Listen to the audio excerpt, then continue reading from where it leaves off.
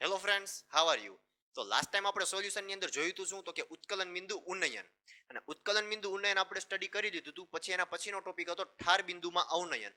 તો મેં તમને એમ કીધું હતું કે જો ઉત્કલન બિંદુ ઉન્નયન તમને બરાબર સમજાઈ જશે તો ઠાર બિંદુ અવનયન છે એ પણ તમને આપોઆપ વાંચશો ને તોય તમને આવડી જશે. અહીંયા સુધીની આપણે વાત કરી હતી. ઓકે, હવે જો વિચાર કરો ઉત્કલન બિંદુ ઉન્નયનની અંદર શું હતો તો કે ટેમ્પરેચર તાપમાનનો વધારો થતો હતો. જ્યારે ઠાર બિંદુ અવનયન કોઈ જો જાતે વાંચ્યું હશે તેને ખબર હશે કે એની અંદર તાપમાનનો ઘટાડો થતો હતો. ઉત્કલન બિંદુ ઉન્નયનમાં આપણે ગરમ કરતા હતા વસ્તુને. ઠાર બિંદુ અવનયનની અંદર આપણે વસ્તુને ઠંડી પાડવાની છે. છતાં હજી એક વખત જાતે ટ્રાય કરજો, સેલ્ફ ટ્રાય કરશો ને એટલે હું કરાવીશ ને એના કરતાં પણ બેસ્ટ આવડશે. એ ટોપિક જ એવો છે. બરાબર છે. હવે વાત કરીએ આજે આપણે અભિસરણ દબાણની કે અભિસરણ દબાણ શું છે. બરાબર છે. તો અભિસરણ દબાણ શું છે એ તમને ખ્યાલ પડી જાય એટલે આપણું ચેપ્ટર અહીંયા કમ્પ્લીટ. આના પછીનો ટોપિક છે આણ્વીય દળ નક્કી કરવાની કેટલીક પદ્ધતિઓ જે તમારા મટીરિયલમાં આપેલી છે. તો તમે વિચાર કરો આણ્વીય દળ નક્કી કરવાની પદ્ધતિ શું છે.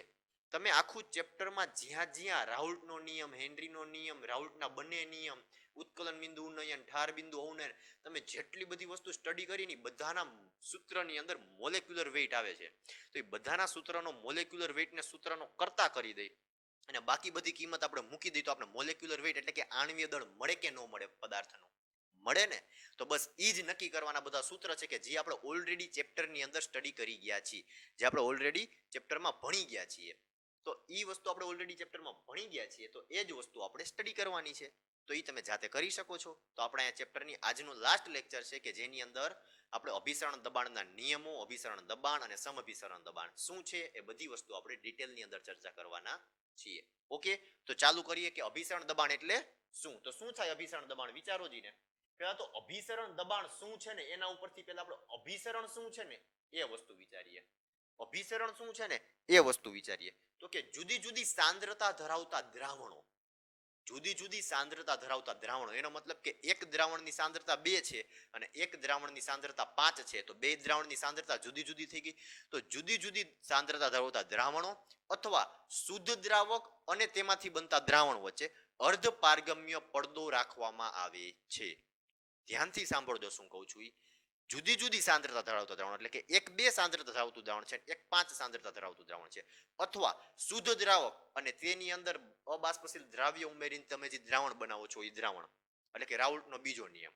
બરાબર, ધ્યાનથી સાંભળજો. જુદી જુદી સાંદ્રતા ધરાવતું દ્રાવણ અથવા શુદ્ધ દ્રાવક અને તેમાંથી બનતા દ્રાવણ વચ્ચે અર્ધ પારગમ્ય પડદો રાખવામાં આવે છે. ત્યારે શું થાય તો કે ઓછી સાંદ્રતા છે એ વધુ સાંદ્રતા તરફ દ્રાવકનો સ્વયંભૂ પ્રવાહ અર્ધ પારગમ્ય પડદાના મારફતે આગળ ધકેલશે અને આ પ્રક્રિયાને કહેવાશે અભિસરણ. હવે આપણે એને પ્રયોગ દ્વારા સમજીએ.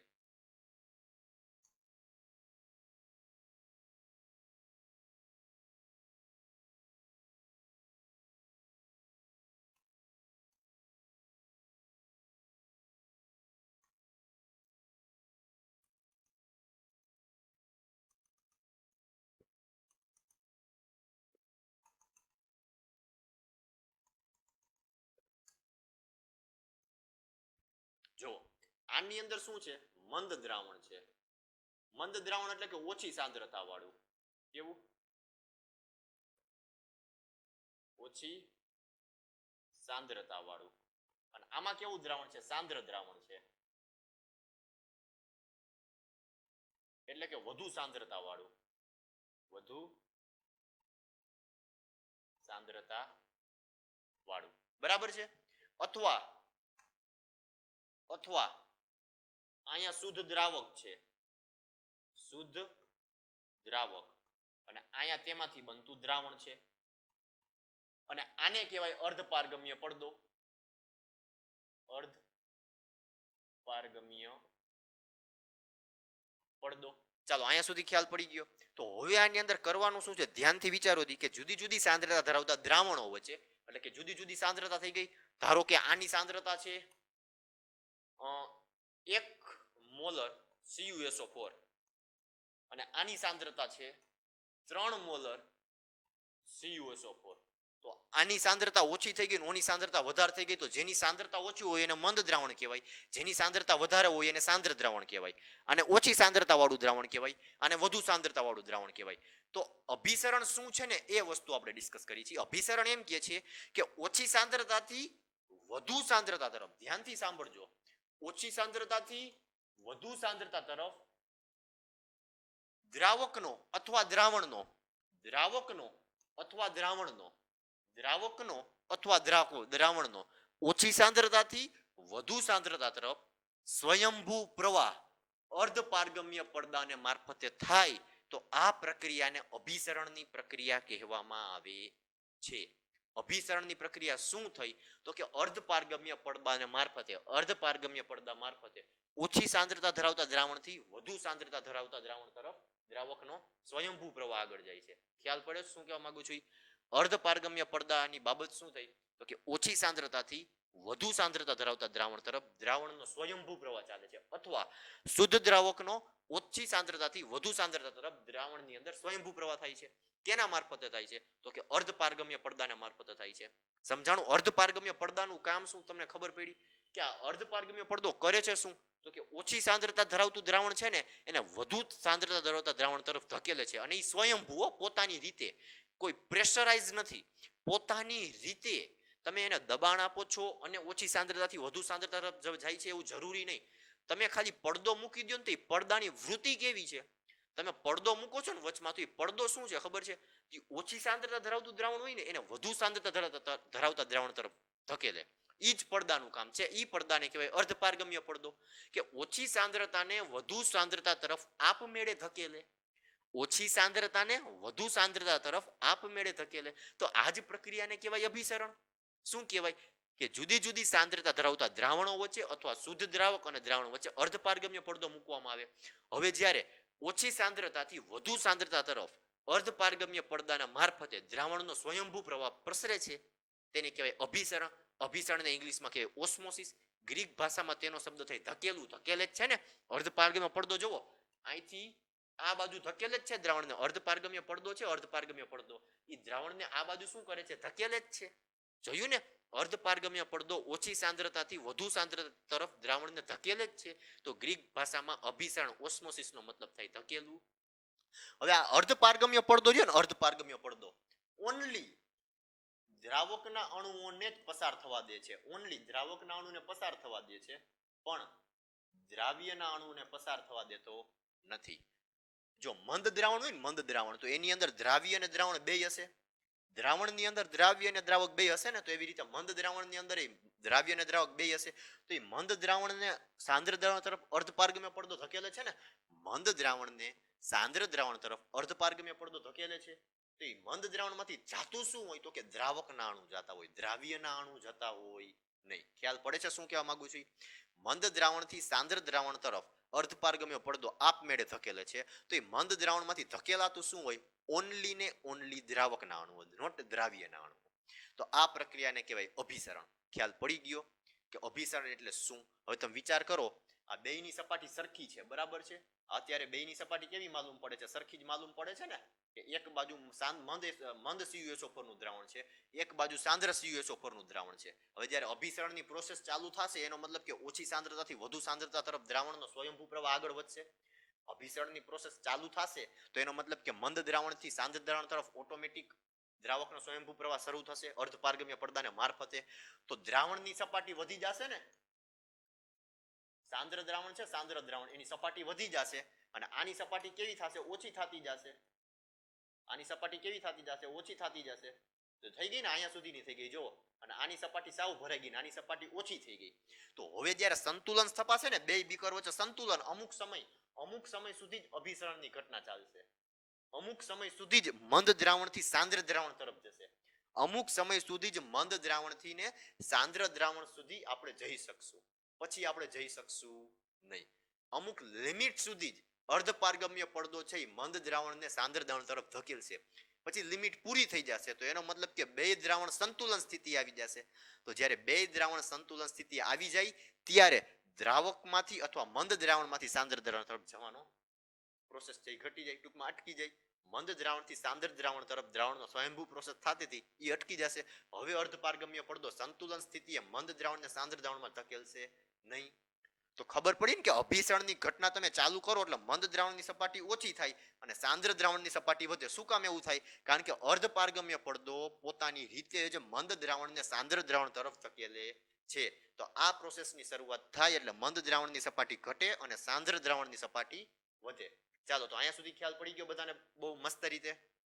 અહીંયા સુધી હું તમને સમજુ છું કે અહીંયા સુધી તમને સમજાઈ ગયું છે. હવે આપણે થોડાક રોજિંદા જીવનના ઉદાહરણ લઈએ તો કેવું રહેશે, મજા આવશે. આપણો હાથ છે, હાથ એ 15 મિનિટ સુધી પાણીની અંદર રાખીજો અને પાણીમાં મીઠું નાખજો ભેગે ભેગું, અથવા સાબુવાળી પાણું કરી નાખજો. પાણી છે ને સાબુવાળું કરી નાખજો, બરાબર છે. આપણે એક બે વસ્તુ કરીએ. આપણા હાથની 2 આંગળી હોય, બરાબર છે. એક આંગળીને છે ને સાબુવાળા પાણીમાં એટલે કે મીઠાવાળા કોઈ પણ પાણીમાં રાખજો અને એક આંગળીને એમનામ સિમ્પલ પાણીમાં રાખજો. થોડાક સમય પછી તમે 10 થી 15 મિનિટ સુધી આપણા હાથને પાણીમાં રાખજો, પાણીમાં. તો આપણા હાથની જે સપાટી છે ને, આપણા હાથની સપાટી એ અર્ધપારગમ્ય પડદો જ છે. આપણા હાથની જે આ સપાટી રહી ને એક પ્રકારનો અર્ધપારગમ્ય પડદો જ છે. તમને ખ્યાલ હોય તો તમે ક્યારેક સ્વિમિંગ પુલની અંદર નાવા ગયા હોય અથવા દરિયા કિનારે નાવા ગયા હોય તો તમે ત્યાં તો કઈ 15-20 મિનિટોની તમે અડધી પોણી કલાક તો નાસો સ્વિમિંગ પુલમાં ગયા હોય તો ત્યાં પૈસા આપ્યા હોય તો પૈસા વસૂલ તો કરવાના જ છીએ આપણે. એવી રીતે દરિયા કિનારે ફરવા ગયા હોય તો આપણે 15-20 મિનિટ, અડધી કલાક, પોણી કલાક નાવાના તો છીએ જ. તો તમે વિચાર કરો ત્યારે તમે એમાં નાઈને જ્યારે બહાર નીકળશો ત્યારે તમારા હાથની સપાટી છે ને ખરબચડી થઈ જશે. થોડીક ઉપસી ગયેલી તમને માલુમ પડશે. શું થશે? ઉપસી ગયેલી માલુમ પડશે. જ્યારે તમને એવું માલુમ પડે ને ત્યારે સોય હોય ને, સોય થોડીક ઈ હે ને એની અંદર અડાડજો એટલે તમને લોહી નહીં નીકળે, આછું લોહી નીકળશે, બહુ જ આછું લોહી. કારણ કે ઈ સપાટી ઉપર પાણીનું પ્રમાણ વધારે હોય. ફરીથી સમજાવું છું, તમે કોઈ પણ જગ્યાએ 15 મિનિટ સુધી, 20 મિનિટ સુધી એક જ ધારો પાણીની અંદર તમારો કોઈ પણ શરીરનો ભાગ રાખશો અથવા તમે સ્વિમિંગ પુલમાં નાશો અથવા દરિયા કિનારે નાશો તો તમારો તમે જ્યારે નાઈને બહાર નીકળશો ત્યારે તમારા હાથની, પગની, શરીરના કોઈ પણ અંગની સપાટી છે ને ખૂબ જ ફૂલાયેલી માલુમ પડશે, ખરબચડી વધારે માલુમ પડશે. એનો મતલબ કે ઈ જગ્યામાં પાણી વધારે ભરાઈ ગયું છે. અને કયા મારફતે? તો આપણા શરીરની જે ચામડી છે ને સપાટી, એ એક પ્રકારનો અર્ધપારગમ્ય પડદો જ છે.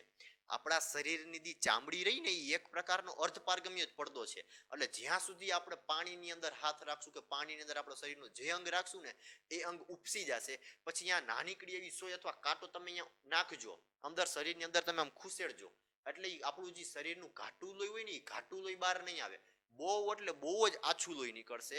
કારણ કે ત્યાં છે ને પાણીનો વધુ પ્રવાહ હોય, ત્યાં પાણીનો વધુ ભાગ અર્ધપારગમ્ય પડદાને મારફતે એ ભાગમાં પાણી વધારે પ્રમાણમાં આવી ગયું હોય. સમજાય છે શું કહું છું? પછી મુરઝાઈ ગયેલું ફૂલ હોય, મુરઝાઈ ગયેલું ફૂલ એને તમે પાણીમાં રાખજો એટલે થોડાક અંશે તાજું થઈ જશે.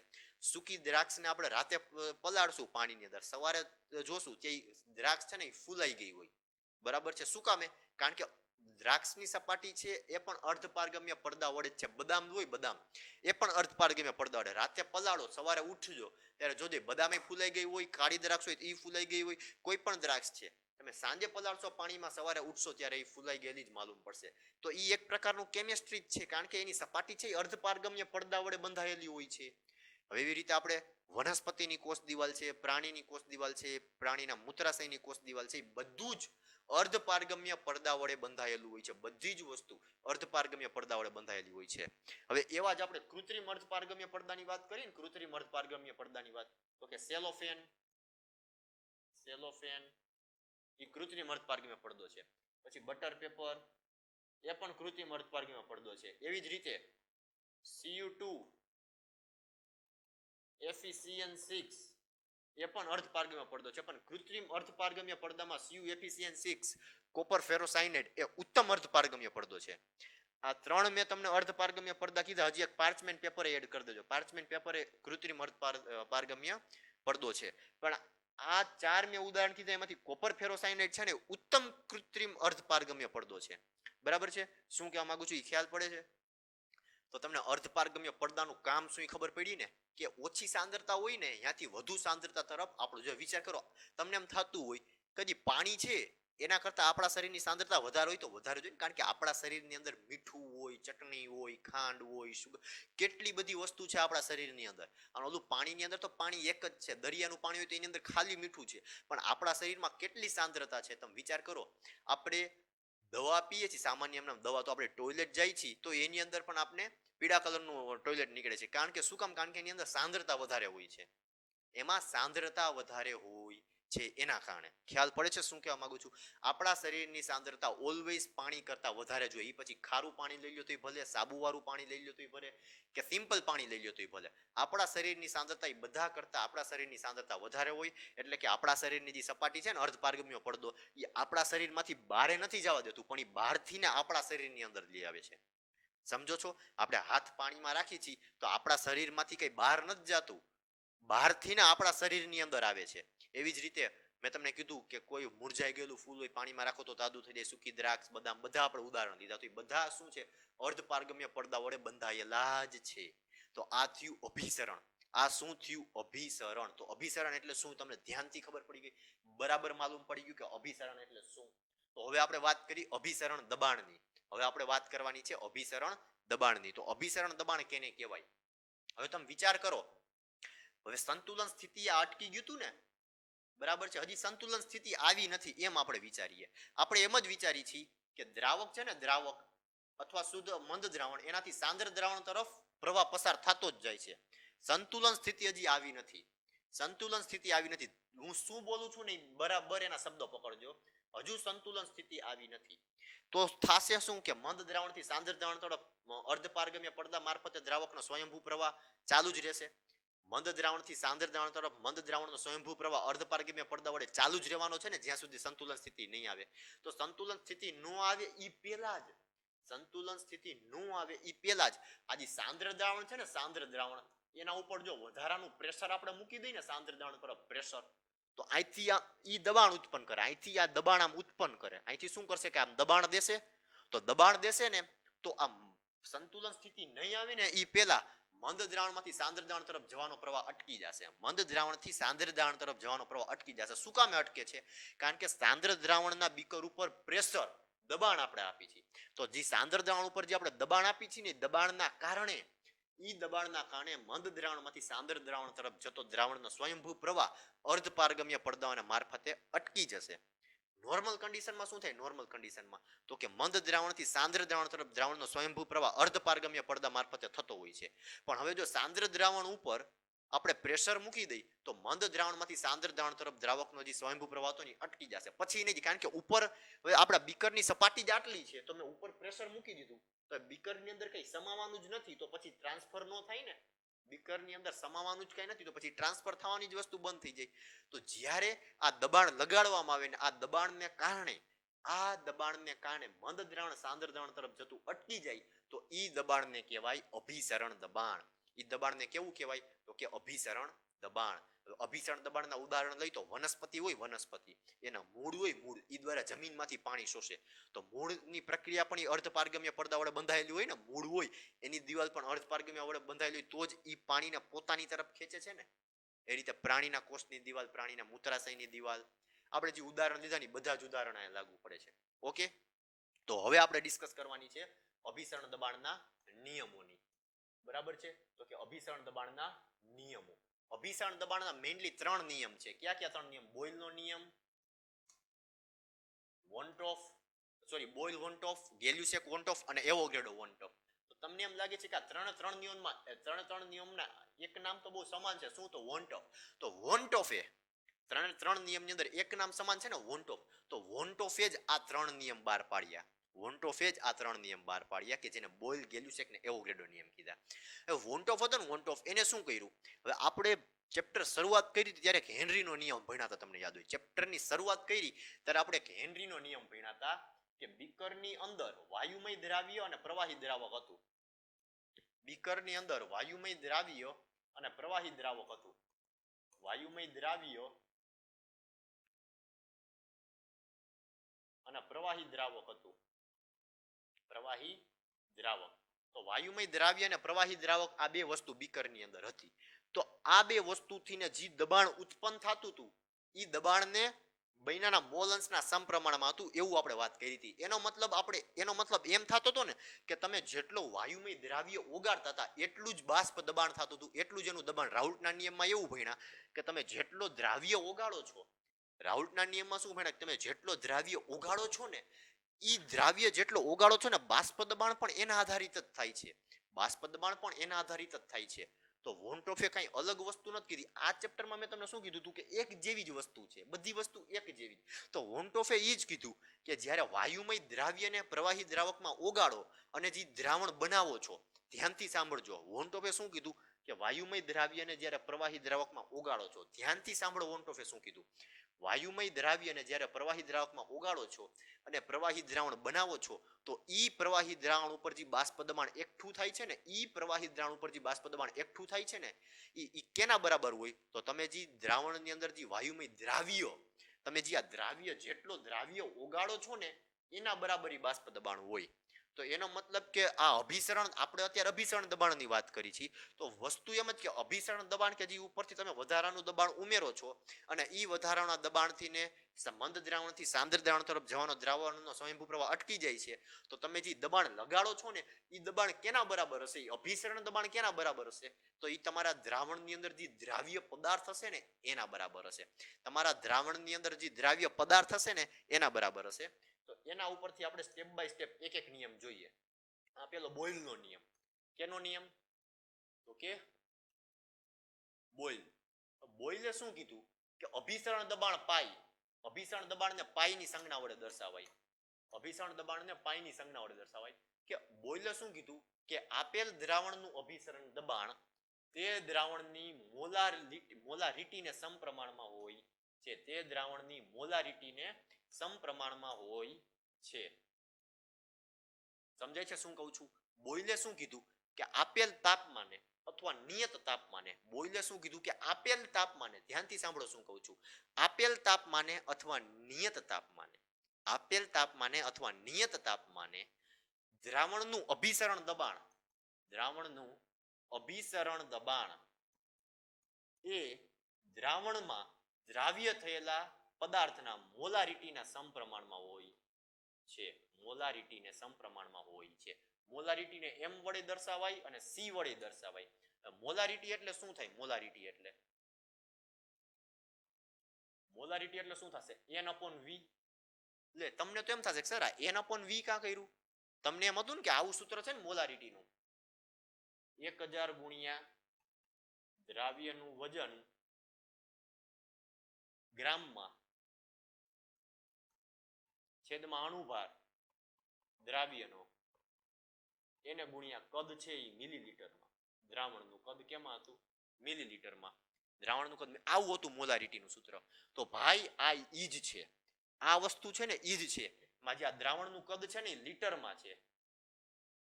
આ વસ્તુ છે ને ઈ જ આ સૂત્ર છે. એમાં દ્રાવણનું કદ લીટરમાં છે, મિલીલીટરમાં છે. મિલી કાઢું અને લીટર લખું તો 1000 નીકળી જાય. અહીંયા મિલી કાઢીને લીટર કરું તો 1000 નીકળી જાય. તો 1000 ને આ બે નીકળી ગયા તો લીટર આવી ગયું. હવે n એટલે શું થાય? n એટલે આ n એટલે શું થાય? મોલની સંખ્યા થાય. શું થાય?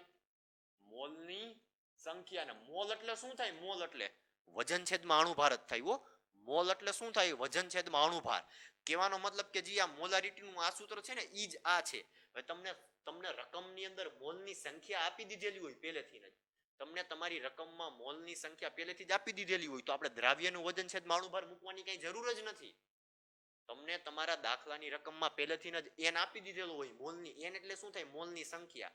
તમને તમારા પ્રશ્નમાં પહેલેથી જ મોલની સંખ્યા આપેલી હોય તો પછી મોલની સંખ્યા ગણવાની છે જ નહીં. તો પછી આપણે આ સૂત્ર મૂકવાનું જ નથી. અને કદ લીટરમાં આપ્યું હોય તો મિલીલીટરમાં લેવાની કઈ જરૂર નથી. તો આ સૂત્ર ઈ જ આ સૂત્ર છે. એટલે એમ વિચારતા નહીં પેલા સરે મોલારિટી અલગ કરાવી હતી ને અત્યારે અલગ. તો ચાલો, તો શું સૂત્ર સાબિત થયું? પાઈ ચલે છે c.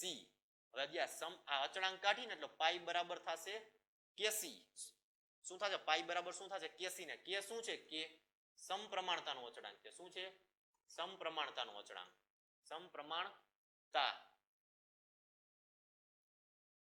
સમપ્રમાણતાનો અચળાંક બરાબર છે.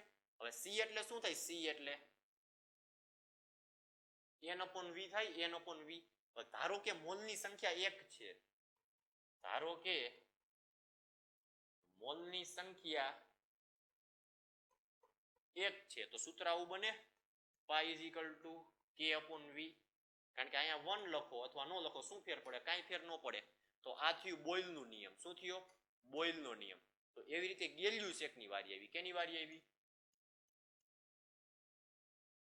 ગેલ્યુસેક. ગેલ્યુસેકે બેટા એ શું કીધું કે તમારું જે અભિસરણ દબાણ છે ને, તમારું જે અભિસરણ દબાણ એ નિરપેક્ષ તાપમાનને સમપ્રમાણમાં ચાલે છે. કેને? નિરપેક્ષ તાપમાનને સમપ્રમાણમાં ચાલે છે. આ એક પ્રકારની સાબિતી છે, આમાં સમજવાનું કઈ નથી. એને એમ કીધું કે નિરપેક્ષ તાપમાનને સમપ્રમાણમાં ચાલે છે, તો શું કામે ચાલે છે ને ઈ એને નથી કીધું. ઈ આપણે માની છીએ અને ખુદ ગેલ્યું છે કે માનતો. એટલે એવો મગજ નહીં દોડવાનો કે શું કામ નિરપેક્ષ તાપમાનને સમપ્રમાણમાં છે, કારણ કે એવું પોતે ગેલ્યું છે કે જ કહી દીધું છે. બરાબર છે. અચળાંક કાઢીએ, અચળાંક સમપ્રમાણતા અચળાંક તો શું થાય? કેટી લાગે. તો આ શું થયું? આ કેનું સૂત્ર થયું? તો કે ગેલ્યું સેકનું. હવે વાત કરી એવોગ્રેડોનું. કેનું? એવોગ્રેડો.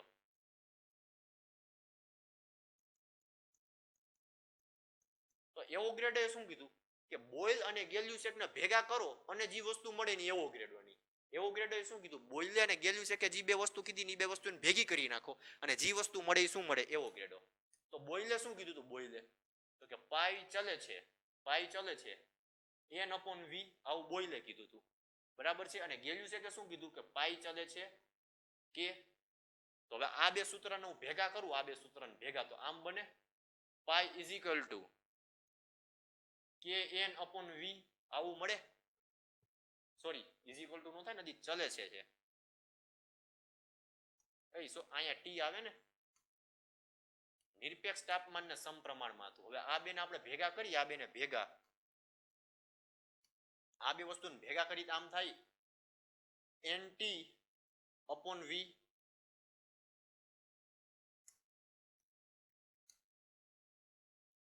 nt upon v આમ થાય.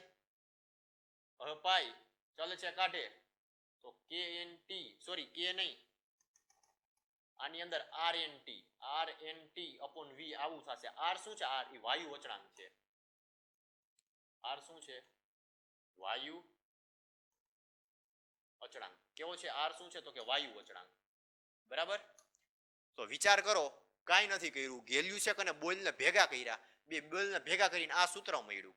બોઇલને ભેગા કરી દીધા તો શું મળ્યું? આ સૂત્ર મળ્યું. v ને આ બાજુ લઈ લ્યો તો પાઈ v is equal to nrt થઈ ગયું. પાઈ v is equal to nrv થઈ ગયું. હવે આમાં n ની કિંમત મૂકો, c upon v, sorry n ની કિંમત શું થાય? w upon m થાય ને. n એટલે શું થાય? n એટલે દળ છેદમાં વજન થાય ને, તો દળ એટલે w છેદમાં અણુભાર એટલે m. પાછા v ને નીચે લઈ જાઓ તો પાઈ is equal to wrt upon mv થાય. કાંઈ છે આમાં n ની કિંમત મૂકી, n એટલે શું થાય? w upon m થાય. પાઈ ને v ને નીચે લઈ ગયા, wrt upon mv. તો ટૂંકમાં આ બધી વસ્તુ કેના માટે છે? અભિસરણ દબાણ શોધવાનું કીધું હોય, વજન આપ્યું હોય, વાયુ અચળાંક આપ્યું હોય, ટેમ્પરેચર આપ્યું હોય, મોલેક્યુલર વેટ આપ્યું હોય, કદ આપેલું હોય, તો ડાયરેક્ટ સૂત્રમાં મૂકો, અભિસરણ દબાણ શોધો. અભિસરણ દબાણ આપ્યું છે અને આમાંથી કોઈ પણ એક વસ્તુ શોધવાની કીધી છે, એને સૂત્રનો કરતા કરો. એટલે કહેવાનો મતલબ શું છે તમને ખબર પડી ગઈ કે શું કહેવા માંગુ છું? જો અહીંયા સોલ્વ થઈ ગયું. તો અહીંયા અભિસરણ દબાણ અને તેના નિયમો પૂરા થયા. હવે એક જ ટોપિક છે કે જે છે ને સમજૂતી માટે છે, ક્યારે એક્ઝામની અંદર પૂછાતો છે નહીં, ક્યારે એક્ઝામમાં નથી પૂછાતો. કયો ટોપિક? તો કે સમ અભિસરણ દબાણ, સમદાબી દ્રાવણો. આ દ્રાવણો કેને કહેવાય? આપણે કેમ હમણાં આગળ અભિસરણ દબાણમાં જુદા જુદી સાંદ્રતા ધરાવતા દ્રાવણો કીધા હતા, તો આની અંદર છે ને જુદી સાંદ્રતા ન હોય, આની અંદર કેવી હોય? સરખી સાંદ્રતા હોય.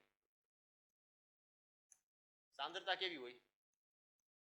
સરખી સાંદ્રતા હોય. આના દબાણ કેવા હોય? અભિસરણ દબાણ, એ પણ સરખા હોય. અભિસરણ દબાણ કેવા હોય? એ પણ સરખા હોય. અભિસરણ દબાણ પણ કેવા હોય? સરખા હોય. આની વચ્ચે અર્ધપારગમ્ય પડદો મૂકવામાં આવે તો અભિસરણ દબાણ સરખા હોય, સાંદ્રતા સરખી હોય. આના બાષ્પ દબાણ સરખા હોય, બાષ્પ દબાણ સરખા હોય. સમજાય છે શું કહેવા માંગુ છું? આને બે બીકર હોય ને, આમ બે બીકર, બે વચ્ચે સરખું આમાં આવી રીતે બીકર ભરી દીધું ને અર્ધપારગમ્ય પડદો રાખ્યો ને, તો અર્ધપારગમ્ય પડદો વચ્ચે રાખો ને તોય કઈ ફેર ન પડે. એક જ દ્રાવણ તરફ જાય ને. એનો મતલબ કે મંદ દ્રાવણ છે સાંદ્રતા તરફ ન જાય, કારણ કે આમાં એવું છે જ નહીં. આની અંદર બંનેની સાંદ્રતા સરખી જ છે. તો આ 5 મોલર હોય તો આ 5 જ મોલર હોય, આ 5 મોલર હોય ને તો આ કેવું હોય? 5 જ મોલર હોય. એનો મતલબ કે બંને દ્રાવણની સાંદ્રતા સરખી જ છે. તો એના વચ્ચે અર્ધપારગમ્ય પડદો મૂકો તો કાંઈ ફેર ન પડે. એ બંનેના અભિસરણ દબાણ પણ સરખા છે, કારણ કે તમે ઉપરથી પ્રેશર આપશો, પ્રેશર, કારણ કે પહેલેથી જ મંદથી સાંદ્ર તરફ નથી જતું અથવા સાંદ્રથી મંદ તરફ નથી આપતું, તો તમે પ્રેશર આપો તો કામ શું? કારણ કે બંનેની સાંદ્રતા જ સરખી છે. તો સાંદ્રતા બંનેની સરખી હોય તો અભિસરણ દબાણ સરખા હોય. કારણ કે આમાં અર્ધપારગમ્ય પડદો કંઈ કામ કરતો જ નથી. આની અંદર અર્ધપારગમ્ય પડદો કાંઈ કામ કરતો જ નથી. તો આની અંદર બંનેની સાંદ્રતા સરખી છે, બંનેના અભિસરણ દબાણ સરખા છે, બધી જ વસ્તુ સરખી છે. તો આવા દ્રાવણોને બીજા શબ્દમાં શું કહેવાય? સમદાબી દ્રાવણો કહેવાય. શું કહેવાય? બીજા શબ્દમાં કહીએ તો કેવા કહેવાય? સમદાબી દ્રાવણો. સમદાબી દ્રાવણોની સાંદ્રતા સરખી હોય, દ્રાવણો સરખા હોય અને એના અભિસરણ દબાણ સરખા હોય. બધી જ વસ્તુ આની અંદર કેવી હોય? સરખી હોય. બરાબર છે? ચાલો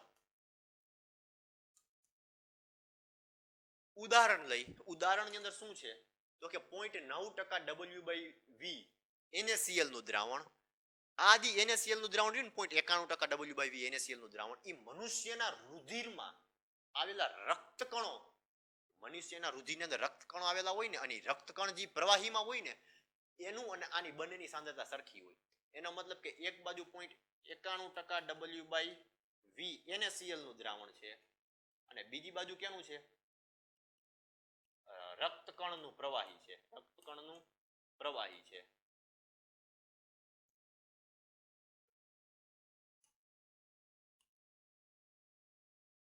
ચાલો હવે આ બંનેને આવી રીતે બંધ પાત્રમાં ભરી દીધા, બે વચ્ચે અર્ધપારગમ્ય પડદો રાખ્યો, પણ બંનેની સાંદ્રતા સરખી છે. આ ઉદાહરણ સમજવાનું નથી, માનવાનું છે. એને એમ કીધું કે 0.91% W/V NaCl નું દ્રાવણ છે ને, એ રુધિરની અંદર રક્તકણ રહેલા હોય ને એના પ્રવાહી બરાબર હોય. રુધિરમાં જે રક્તકણ રહેલા છે ને એના પ્રવાહી બરાબર હોય. તેનો મતલબ કે આ બે એકબીજાને કેવા થયા? સમ અભિસારી થયા, સમદાબી થયા. અને સમ અભિસારી કહેવાય, સમદાબી કહેવાય. બરાબર છે? શું કહેવા માંગુ છું એ ખબર પડે છે કે આની અંદર સાંદ્રતા સરખી જ હોય. સાંદ્રતા છે એ આની અંદર સરખી જ હોય, અલગ અલગ ન હોય. અભિસરણ દબાણ સરખા હોય, બધું સરખું હોય, કાંઈ અલગ અલગ નથી હોતું. તો આને કેવા કહેવાય? સમ અભિસારી દબાણ અથવા સમદાબી દ્રાવણો કહેવાય. તો આ બે દ્રાવણ છે ને, આ રક્તકણનું દ્રાવણ છે, આ મીઠાનું દ્રાવણ છે. મીઠું એટલે NaCl એટલે મીઠું થાય ને, તો બેયની સાંદ્રતા સરખી છે. ક્યારે? આની 0.91% હોય ને ત્યારે રક્તકણ જે થાય. 0.91 જગ્યાએ 0.90 થઈ જાય તો આ બે અલગ અલગ થઈ જાય. 0.91 કરતા આ 0.91 રહીએ, પણ આ રક્તકણનું ઓછું થઈ જાય તો તોય અલગ અલગ થઈ જાય. તો એવી કન્ડિશન થાય ને, એક વધારે ને એક ઓછું થાય ને. ધારો કે આ NaCl નું ઓછું છે અને આનું વધી જાય, આનું છે એ વધી જાય અને આનું છે એ ઘટી જાય. તો આનું ઘટી જાય ને તો આને કહેવાય હાઇપોટોનિક દ્રાવણ અને આને કહેવાય હાઇપરટોનિક દ્રાવણ. બે દ્રાવણ હરખા છે, અત્યારે બે દ્રાવણનું અભિસરણ દબાણ સરખું હતું, પણ જો આનું વધી જાય તો એને હાઇપરટોનિક કહેવાય, આની સાપેક્ષે. આનું ઘટી જાય તો આને હાઇપોટોનિક કહેવાય, આની સાપેક્ષે. તો ખ્યાલ પડ્યો કે એને હાઇપરટોનિક કહેવાય, કે એને હાઇપોટોનિક કહેવાય, કે એને સમ અભિસરણી દાબણ કહેવાય. તો બસ અહીંયા આપણું છે ને મોસ્ટલી ચેપ્ટર પૂરું થઈ જાય છે. આના પછીનો ટોપિક છે એ આખા ચેપ્ટરનો બેઝિક સાર છે અને લાસ્ટ ટોપિક છે ને તમારા સિલેબસમાંથી નીકળી ગયો છે આ વર્ષે. એટલે આપણે કઈ ટેન્શન જેવું છે ને એ આપણે સ્ટડી કરવાનો નથી. પણ અહીંયા સુધી બધાને બધી જ વસ્તુ પરફેક્ટલી આવડી જવી જોઈએ. જો કોઈને કઈ પ્રોબ્લેમ છે તો એ મને કહેજો, હું એનું સોલ્યુશન આપી દઈશ તમને. આના પછીનો એક્ઝેક્ટ ટોપિક છે આણ્વીય દળ નક્કી કરવાના ઘણા બધા સૂત્ર આપેલા છે તમારા મટીરિયલમાં. એ બધા સૂત્રો તમે ખાલી એક વખત વાંચજો. તમે ઓલરેડી પેલા ભણી જ ગયા છો. હું શું કહું છું એ સમજો અને એના દાખલા છે ને જાતે સોલ્વ કરવાની ટ્રાય કરજો. કારણ કે એનું સોલ્યુશન પણ મેં તમને આપી દીધેલું છે, સૂત્ર તમારી સમક્ષ છે, સોલ્યુશન પણ તમારી સમક્ષ છે. તો તમે ખાલી એટલી જાતે પ્રિપરેશન તો કરી શકો ને. બરાબર? તો આપણું માઇન્ડ ડેવલપ થશે. થોડીક જાતે મહેનત કરવાથી જો આપને ફાયદો થતો હોય તો આપણે જાતે મહેનત કરવી જોઈએ. ડન? શું કહેવા માંગુ છું એ ખ્યાલ પડે છે? આના પછીનો એક્ઝેક્ટ ટોપિક તમે ઓલરેડી આખા ચેપ્ટરમાં ભણી જ ગયા છો. એ તમારે જાતે ટ્રાય કરવાની છે. ખાલી મોલેક્યુલર વેટ શોધવાનો છે, એટલે જાતે કરી લેજો. તો અહીંયા આપણે ચેપ્ટરની પૂર્ણાવતી કરીએ. હવે જોશું આના પછીનો એક લેક્ચર છે ને આખા ચેપ્ટરનો બેઝિક સાર લેવાની ગણતરી છે, તો આપણે એવું એક લેક્ચર ગોઠવી દેશું. Okay, so thank you. ચાલો મળીએ નેક્સ્ટ ચેપ્ટરની અંદર, નેક્સ્ટ રીતે મળશું. આના પછીનો એક લેક્ચર જો એવું હશે ને, જો કંઈક સાર મેળવવાની જરૂર હશે તો આપણે એના પછીનો એક લેક્ચર એના માટે ગોઠવી દેશું. So thank you.